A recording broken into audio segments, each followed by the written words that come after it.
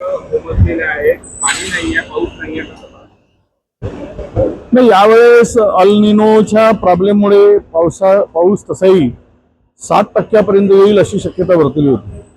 पण गेल्या 8 दिवसापासून पाऊस नसल्यामुळे सोयाबीन आणि धानाची रोपं पूर्णतः करपली आहे. प्रचंड शेतकऱ्यामध्ये आता चिंतेचं वातावरण आहे आणि पूर्ण जर पाऊस जर 2 दिवस पुढे आला नाही तर दुबार पेरणीची पूर्णतः शक्यता आता निर्माण झालेली आहे.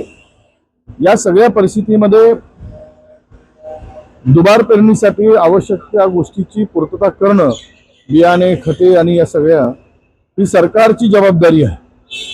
सरकार सध्या भांडणामध्ये व्यस्त आहे, लोक फोडण्यामध्ये व्यस्त आहे.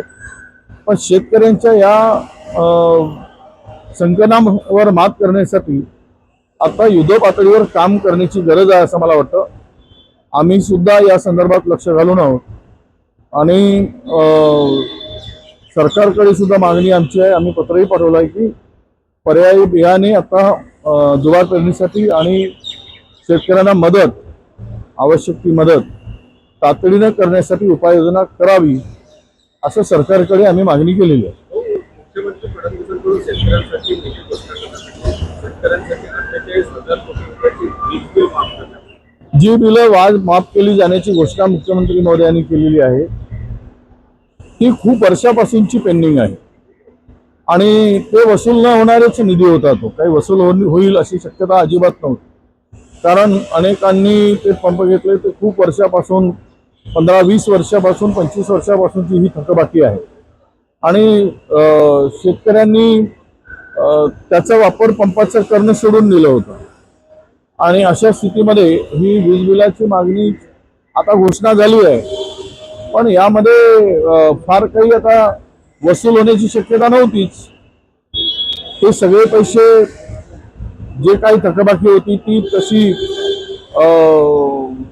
शक्य नव्हतं की वसूल होणं शक्य नव्हतं.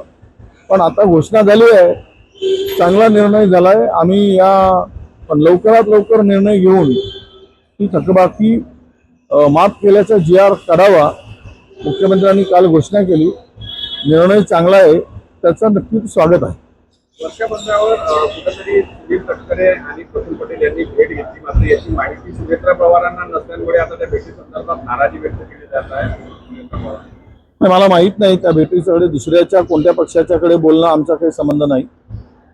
तो त्या पक्षाचा अंतर्गत संबंध आहे. वर्ध्यात 12 वर्षाच्या मुलीची दगडाने ठेचून करत हत्या झाली. विध्वस्त परिस्थितीमध्ये आढळलेली आहे. ते गंभीर घटना नाही, महिलांचं आता संरक्षणच महाराष्ट्रात राहिलं नाही, मुलींचं राहिलं नाही, सुरक्षित राहिलं नाही.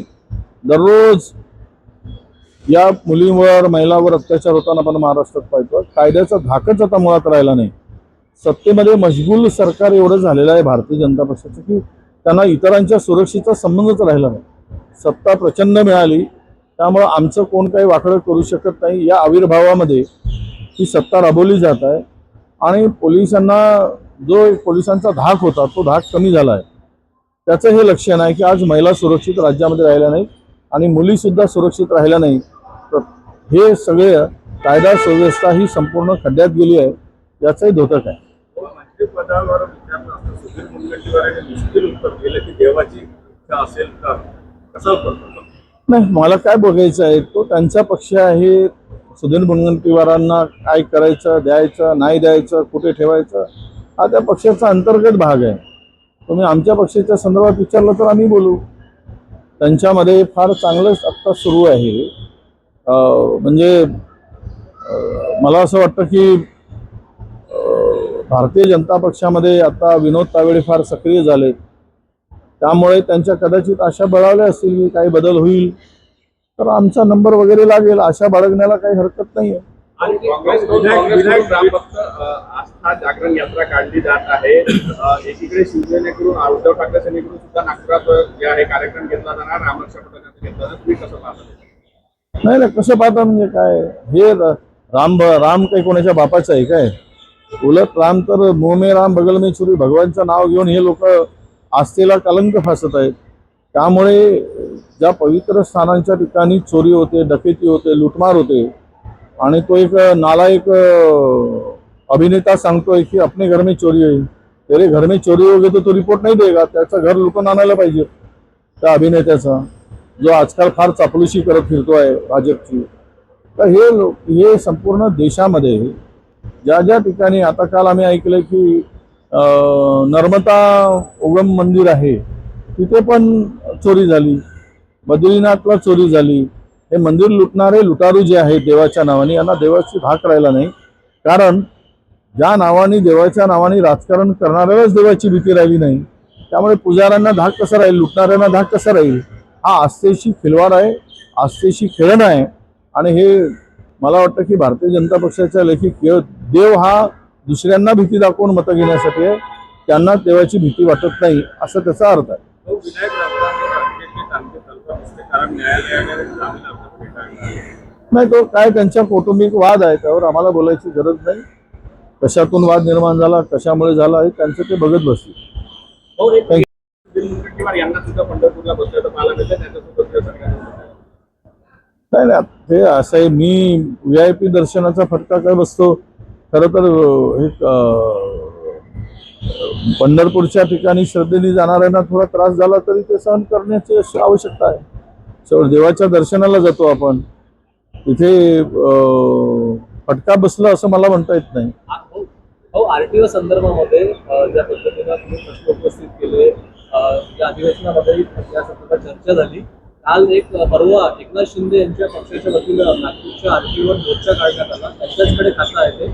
आता सद्यस्थितीत कालही काही प्रेस कॉन्फरन्स झाल्या, आरटीओनं काही परिवहन विभागात काम करणारे, त्या संदर्भात काम करणाऱ्या लोकांनी काही प्रेस कॉन्फरन्स घेतल्या, काही ट्रान्सपोर्टरनी प्रेस कॉन्फरन्स घेतल्या. काय तुमची मागणी आहे? नाही, मला कशासाठी ट्रान्सपोर्टरनी घेतले मला माहीत नाही, पण आरटीओ मध्ये प्रचंड भ्रष्टाचार चाललेला आहे, एक टोळकं काम करते आहे. त्यामुळे मी तो प्रश्न उपस्थित केला होता. आणि SITनी, गव्हर्नमेंटने SIT नेमलेली आहे, त्याचा चौकशी सुरू आहे. काही लोकांना सक्तीच्या रजेवर पाठवण्याचा सुद्धा निर्णय हाऊसमध्ये मंत्र्यांनी घेतलेला आहे. आता सत्ताधारी ज्या पक्षाचे मंत्री आहेत ते जर मोर्चे आंदोलन करत असतील तर याचा अर्थ स्पष्ट आहे की मी बोललं ते खरं आहे.